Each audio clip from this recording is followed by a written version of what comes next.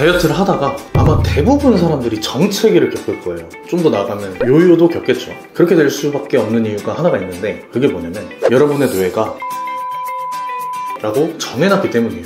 저는 10,000명 이상의 다이어트 커뮤니티를 운영하고 있고요. 운동 강사들 대상으로 다이어트 강의를 하고 있습니다. 또한 다이어트 식단 브랜드 틴키토와 무설탕 한식 브랜드 제로밥상을 운영하고 있습니다. 다이어트가 어렵다고요? 제가 평생 날씬한 몸으로 살게 해드리겠습니다. 안녕하세요, 틴키토 김윤겸입니다. 저희가 그동안은 라이브로 많은 분들한테 직접 질문을 받으면서 답변을 드리는 식으로 콘텐츠를 진행을 했었어요. 그때 굉장히 많이 받았던 질문들이 정책이나 요요에 관한 것들이었습니다. 라이브 때도 답변을 드리기도 했지만 제가 한번 정규 콘텐츠로 딱 정리를 해드리면은 여러분들이 요요도 방지하고 정체기도 그냥 뚫어나갈 수 있게 도움을 드릴 수 있을 것 같아서 콘텐츠를 한번 준비를 해봤습니다. 그럼 바로 본론으로 들어가 볼게요. 다이어트를 하는 사람들의 90% 이상, 많게는 99%가 대부분 다 정체기가 아니면 요요를 겪는다고 합니다. 다이어트를 해서 그냥 10몇 킬로를 아무 문제 없이 쭉쭉쭉쭉 계속 빼는 사람들은 세상에 잘 없어요. 제가 다이어트를 할 때도 한 번은 꼭 체중 정체를 겪기도 합니다. 가장 큰 이유는 여러분들이 식단을 잘못해서도 아니고 운동을 잘못해서도 아니고 딱 하나예요. 여러분의 뇌가 원래 그렇게 설계가 돼 있기 때문이에요. 이게 무슨 말이냐면, 인간에게 전신을 두고 보면 여기서 제일 본체는 뇌입니다. 팔, 다리, 몸통 이런 것들은 다 뇌가 생존하기 위해 존재하는 껍데기나 부품 같은 거예요. 이 몸통, 팔, 다리 이런 애들이 존재하는 이유는 음식들을 섭취해서 우리 뇌가 영양소를 제대로 공급받고 뇌가 살아남게 하기 위해서 존재한다고 보시면 될 것 같아요. 그래서 우리 뇌가 다이어트를 할 때 어떤 판단을 하고 어떤 조치를 취하는지가 결국에는 정체기, 요요, 다이어트에 전부 다 연관이 되어 있고 근본적인 이유입니다. 자, 아무튼 우리 뇌에는 중립체중 혹은 세트포인트 체중 이라는 개념이 있어요. 이게 무슨 말이냐면, 예를 들면은 저 같은 경우는 80kg 정도가 나가는데 제 뇌의 입장에서는 체중이 80kg로 유지가 되어야만 해 라고 제 뇌가 생각을 하는 거예요. 만약에 80kg보다 체중이 준다, 그럼 체지방이 줄어들었다는 뜻이고, 체지방이 줄어들었다는 거는 제 뇌가 살아남기 위해서 비축해야 되는 에너지원이 줄었다는 뜻이기도 해요. 그리고 반대로 제가 체중이 80kg가 아니라 85kg가 되면 제 뇌의 입장에서는 에너지가 좀 많은데 이거는 건강에 안 좋으니까 다시 80으로 돌려야 돼 라는 판단을 하게 될 겁니다. 그래서 우리 뇌가 설정한 이런 특정 체중을 중립체중 혹은 세트포인트 체중이라고 해요. 사실 정체기나 요요가 오는 이유가 다 이 중립체중에 있습니다. 아까 얘기했듯이 체중이 줄어들면 우리 뇌는 원래 체중으로 돌리려고 한다고 했어요. 반대도 마찬가지고. 그렇기 때문에 여러분이 다이어트를 해서 한 5에서 10kg 정도가 감량이 되면 우리 뇌는 기초대사량을 떨어뜨려 버리고 식욕을 높여버립니다. 그러면 기초대사가 떨어졌으니까 똑같이 활동을 하거나 똑같이 먹어도 살이 더 잘 찌게 될 거고, 식욕이 높아지니까 평소보다 더 먹어서 당연히 체중이 높아질 수밖에 없겠죠. 이렇게 해야 우리 뇌가 스스로 생존할 수 있다고 믿는 거예요. 그래서 이런 저항이 있다 보니까 똑같이 식단을 하더라도 살이 더 안 빠지고요. 원래 잘 빠지던 식단을 해도 우리 뇌가 이 특정 시점에서부터 저항을 하니까 점점 안 빠지는 거예요. 체중을 뺐더라도 다시 그에 준하는 노력을 조금만 소홀히 해도 원래 체중으로 돌아가려고 하는 그런 현상이 발생하는 거죠. 이렇게 되돌아가려고 하는 것들은 전부 다 호르몬과 관련이 있습니다. 우리 뇌가 다시 원래 체중으로 돌아가기 위해서 특정 호르몬들을 계속 많이 분비를 시키는 거예요.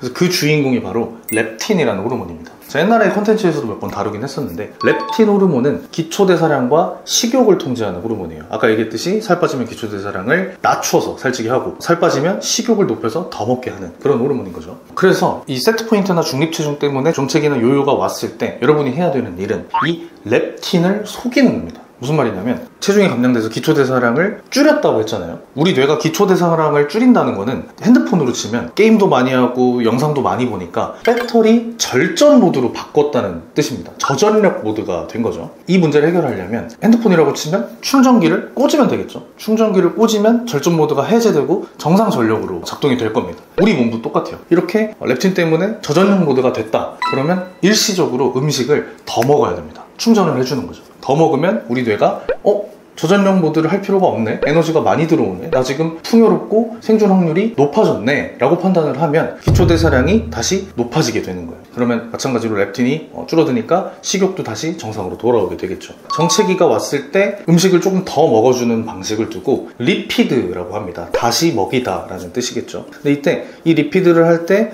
피자, 치킨 이런 가공식품들을 왕창 먹는 게 아니라 원래 하던 식단에서 자연식의 탄수화물만 조금 더 먹어주는 방식이 제일 좋아요. 리피드를 한다고 해서 굳이 혈당 스파이크 치게 만들고 몸에 나쁜 화학 성분 넣으면서까지 리피드를 할 필요는 없잖아요. 그래서 건강한 쌀밥, 흰 쌀밥이나 뭐 현미나 이런 비정제 탄수화물에 가까운 것들을 평소보다 1.5배에서 2배 정도, 원래 여러분들 이미 저탄수 식단을 하고 있을 테니까 이 정도는 괜찮겠죠. 1.5에서 2배 정도를 더 먹어주면 우리 뇌는 에너지가 쭉 들어오고 풍요롭네 하면서 이 정체기를 뚫고 나갈 수 있게 될 겁니다. 그래서 제가 맨날 팅기토 단톡방이나 영상이나 항상 얘기했던 게, 정체기가 왔을 때 비틀기 전략을 쓰라고 했었어요. 그 비틀기를 조금 더 그럴듯한 단어로 바꾸면 리피드가 되는 거죠. 이 방법만 있는 거는 아니에요. 렙틴이 기초대사량을 떨어뜨렸다고 했죠. 근데 이때 기초대사량을 다시 높여야만 한다는 그런 신호를 뇌한테 보내는 것도 굉장히 중요해요. 그게 뭐냐? 일상생활에서 최대한 많이 움직이는 거예요. 움직일 때는 에너지가 더 필요하겠죠, 당연히. 뭐 운동 강도나 운동 횟수를 높이라는 게 아니라 평소에 차 타고 다니던 거리를 걸어 다닌다거나 한 2-3시간 정도 책상에 내리앉아서 일을 했다면 1시간에 한 번씩 일어나서 뭐 10분이라도 산책을 한다거나 이렇게 일상적인 환경에서 활동량을 늘려주면 우리 몸은 내가 에너지를 써야 하는 시간이 전보다 늘어났네? 그러면 나는 에너지를 더 많이 만들어야겠네 라는 판단을 내려서 떨어진 기초대사량을 높이게 된다는 연구 결과가 많습니다. 이런 방식이 있고요. 아까 말씀드린 리피드 식단은 일주일에 한 번 정도 일시적으로 탄수화물을 높이는 방법인데, 그 한 번을 제외하고 나머지 식단을 어떻게 가져가야 하느냐에 대한 질문도 있을 것 같아요. 그런 분들한테 추천드리는 거는 여전히 간헐적 단식과 저탄건지 식단입니다. 그 이유는 렙틴과 또 관련이 있어요. 렙틴은 기초대사량과 식욕을 관장하는 굉장히 중요한 호르몬이기는 한데, 문제는 이 렙틴이 작용하는 뇌의 시상하부가 인슐린이 작용하는 시상하부와 같은 곳이라는 점에 있습니다. 근데 인슐린은, 우리 몸에서 인슐린이 한순간이라도 작동을 안 하게 되면 인간은 죽어요. 왜냐? 인슐린은 세포 안에다가 혈당, 즉 포도당을 에너지원으로 집어넣는 호르몬이기 때문에 세포가 한순간도 에너지가 부족하지 않도록 계속해서 분비가 되고 있어요, 인슐린은. 그래서 인슐린이 정상 수치일 때는 시상하부에 인슐린과 렙틴이 같이 사이좋게 작용을 하는데, 이 인슐린이 너무 높은 상태가 돼서 시상하부에 인슐린이 엄청 많이 전달이 되면 얘한테 밀려서 렙틴이 잘 전달이 못 됩니다. 그럼 렙틴 저항성이 생기고 아까 얘기한 기초대사량 저하나 식욕 증가가 같이 오게 돼요. 그래서 우리는 렙틴이 시상하부에 잘 들어갈 수 있게 인슐린을 좀 낮춰주는 전략이 굉장히 중요한데, 이게 바로 간헐적 단식과 저탄건지 식사겠죠. 그래서 추천하는 거는 정체기가 왔다고 해서 식단을 갑자기 다 바꾸는 게 아니라 원래 하던 식단을 유지하시고 대신에 일주일에 한 번 정도 리피드, 즉 비정제 탄수화물을 조금 늘려주는 그런 식단을 추가해 주시면 우리 뇌가 다시 기초대사량을 높이고 식욕은 줄여서 정체기가 뚫릴 수 있게 도와줄 겁니다. 물론 근데 이게 한두 번 한다고 바로 우리 뇌가 이제 생각을 고쳐먹는 게 아니에요. 우리 뇌가 특정 기간 동안은 그 감량된 체중을 유지해야 본질적으로 이 중립체중, 세트포인트 체중을 바꾸게 돼요.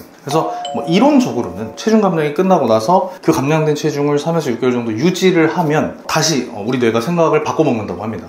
내가 원래 옛날에는 80kg였지만 지금 70kg로 오래 유지를 하면서도 내가 아직 살아있네? 그러면 내가 중립체중을 70kg로 바꿔도 되겠다라고 내가 판단을 한다는 거죠. 내가 예를 들어서 70kg보다 살을 더 빼고 싶어. 그러면 이 70kg에서 3에서 6개월 동안 정체기를 유지해야 되는 건가? 라고 질문을 하실 수도 있는데, 이론적으로 알려진 건 3에서 6개월이지만 제가 경험적으로 다른 분들 다이어트 하는 거나 제가 직접 다이어트 했던 거를 보면은 한 3에서 4주 정도 이제 정체기가 왔을 때 제가 얘기했던 리피드나 활동량 늘리기 이런 것들을 하면 정체기가 뚫리는 경우도 종종 있어요. 그래서 이론적으로 3에서 6개월이라고 해서 너무 이렇게 겁먹을 필요는 없을 것 같고요. 제가 말씀드린 방법 한 번씩 시도해보면 전혀 문제없이 감량 지속할 수 있을 거라고 생각을 합니다.